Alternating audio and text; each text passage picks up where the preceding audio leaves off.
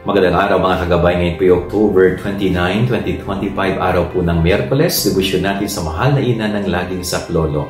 Ako po si Father Marvin at ang ating ebanghelyo ay hango sa ebanghelyo ni San Lucas, chapter 13, verse 22 to 30. Ganda-ganda po ng gospel na ito, no?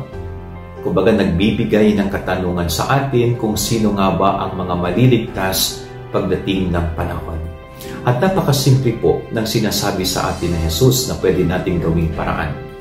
Anumang kabutihan ang ginawa natin dito sa lupa, lalo't higit sa ating kapwa, ay magiging daan ng ating pagkabilang sa kaharian ng Diyos. No, kung paano natin itinuturing na mabuti ang iba, kung paano tayo nakikipagkapwa ng may puso, ay magiging daan ng ating pagkahirang sa langit balang araw.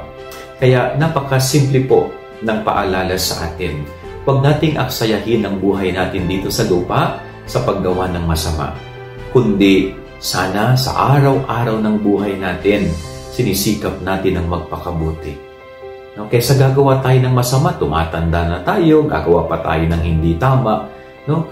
Kumbaga, i-reserve na lang natin sana itong mga araw pang natitira sa ating buhay sa pagsisikap na gumawa ng mabuti, lalo tigil sa ating kapwa. Yan ang ating gabay aral ni maghapon. God bless po sa inyo lahat. Pagpalain kayo ng Panginoon.